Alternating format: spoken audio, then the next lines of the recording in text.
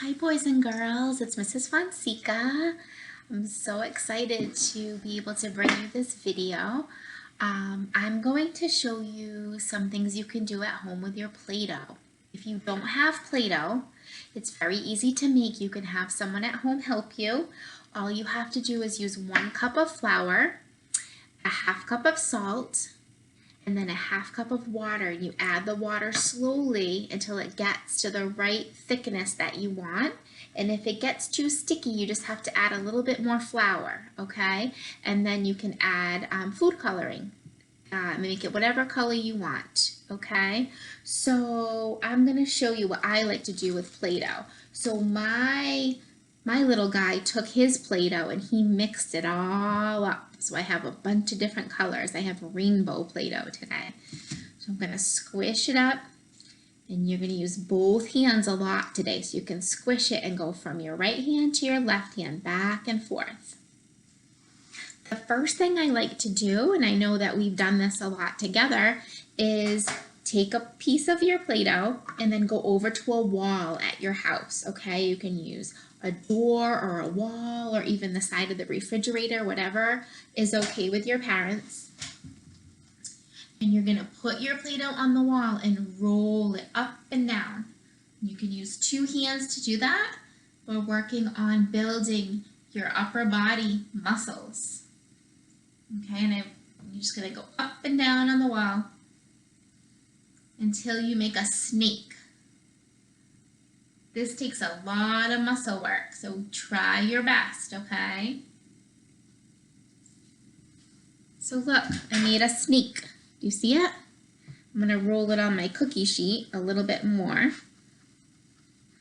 So one really good thing is that I have to use both hands together. So I have to roll with one hand and I have to hold my cookie sheet really still so it doesn't slide across the table. And I'm gonna stick with using the same hand the whole time, okay? One hand does the work and one hand holds the cookie sheet. Okay, so now I have a big snake. Now I'm gonna take my 2 pinching fingers like this, my thumb and my pointer, and I'm gonna pinch the snake all the way down the snake's body.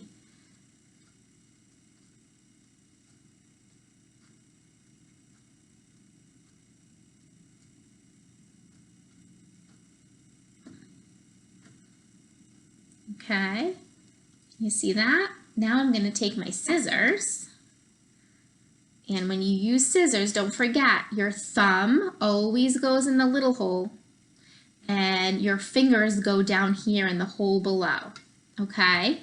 We put 2 to 3 fingers in the big hole and your thumb goes in the top hole like this, okay?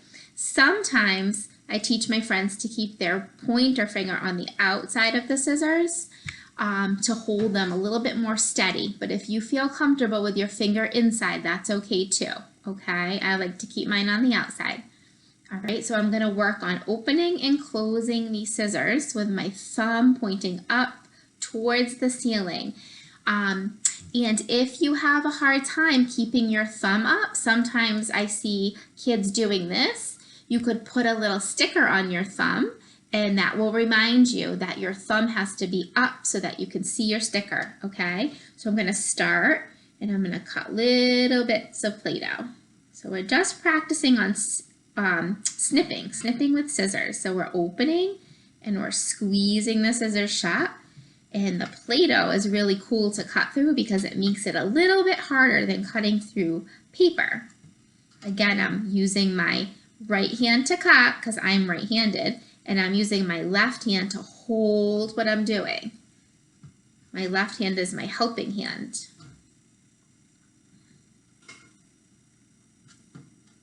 Sometimes I have to cut 2 or 3 times to get through the Play-Doh. And that's helping to build my muscles. So now I have all these little pieces of Play-Doh. Do you see them? What I'm gonna work on is trying to use my first 3 fingers. You know, we talk about these fingers a lot because they're very important. They help you to hold your pencil and your crayons and your scissors when you're at school. So that's what we're going to work on today. We're going to work on using these 3 fingers to roll a little ball of Play-Doh. Then I'm going to try to go round and round. And I'm not squeezing it very hard because I don't want to squish it. I want it to stay looking like a little ball. So sometimes this can be really tricky for little kids' hands. These 2 fingers are resting. Do you see how they're not doing a job right now? They're just resting. My first 3 fingers are doing all the work. But sometimes these fingers, they like to come up into the air when we're working, and we want to try to keep those fingers down. So if you find that your fingers are coming up, what you can do is you can take another piece of Play-Doh, tuck it into your palm, and have those 2 fingers just hold that piece of Play-Doh there while you continue to roll your ball, okay? That way, these guys have a job to do. It keeps them nice and busy while your rolling fingers are working. Okay, so that looks like a pretty good ball to me. So I'm going to put that one down, and I'm going to take another piece, and I'm going to roll that. And just do the best that you can, okay? This is pretty tricky. Sometimes I like to build a snowman, so I put one ball on top of the other. I'm going to make one more little ball for my snowman's head. And these fingers, I have to move this because it's falling out. I'm just going to readjust it. I'm still working on my first 3 fingers. Your thumb, your pointer, and tall man are all working together, okay? I'm going to keep rolling. Okay, I'm going to put that one right on top. Now I have a little snowman. Another thing I like to do with my Play-Doh is I have this little muffin tin, which you might have at home too. And then I found these little tweezers in one of my son's games. And another fun thing to do is you could take those little balls that you just made, and you, again, using your first 3 fingers, you're picking them up and you're putting them into your muffin tin, one at a time. You can put one in each little hole, like this. So you're still working on those same muscles that are so important for holding your pencil and your crayon. Okay? Another thing you can do with your Play-Doh is, I'm going to smush this all back together, okay? Some of you have been working on making letters, right? We're making our uppercase letters. And I have this this takeout container that I kept. I have the base of it, and then I have the lid. And so what you could do at home is you could have somebody make you a letter, and then you could try to copy them. So I'm going to make a letter right now. So what I'm going to do is, we know that all of our letters are made up of lines and curves. So I'm going to make a letter. And let's see if you can guess what I'm making, okay? I have to hold my tray still. I'm going to roll out some snakes.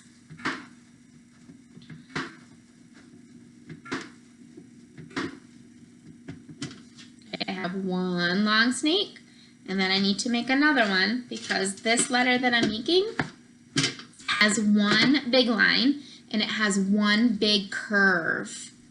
Can you think about what that might be? One big line and one big curve.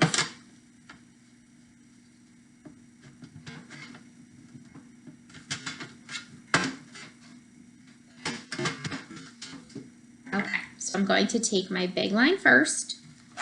I'm going to take my lid.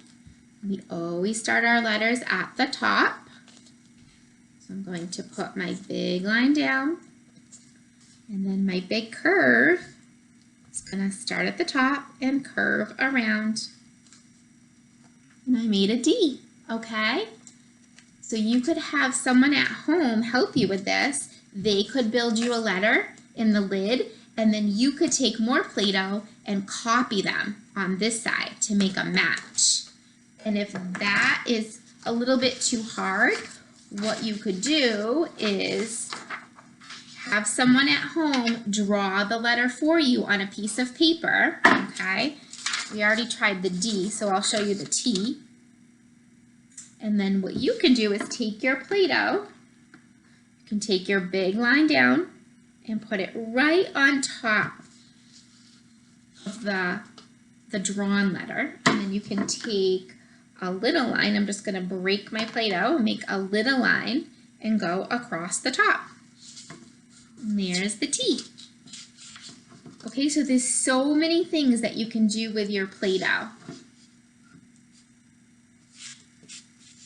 You can practice all of your letters, you can practice your shapes, and then you can also use things like plastic knives, or I have this little plastic rolling pin. You may have cookie cutters at home. You could make different designs looking like cookies, especially with this weekend will be Easter. If you have any like bunny cookie cutters, you could try those. Another thing I love to do is I have little pennies here. You can use anything you have at home that's tiny, like maybe dried beans from the cabinet, old buttons, but I'm just gonna hide my coins. And this is usually a really fun, preferred activity for the kids, right? So we hide the pennies inside, and then you have to use your fingers to dig them out. You pinch them with your pinching fingers, and you can put them down. So again, we're really trying to work on building your muscles, making your fingers strong, and focusing on using your pinching fingers or these first three fingers, because we know that they need to work together to do lots of things that you need to do in school. Okay, I think I found them all. So that's my video for today. Those are all my ideas that I can think of to do with Play-Doh. If you think of something else, you can share that with me. I'm going to also post another YouTube video which has even more ideas of things you can do with Play-Doh, okay? I hope you guys have a great time playing with your Play-Doh. Bye.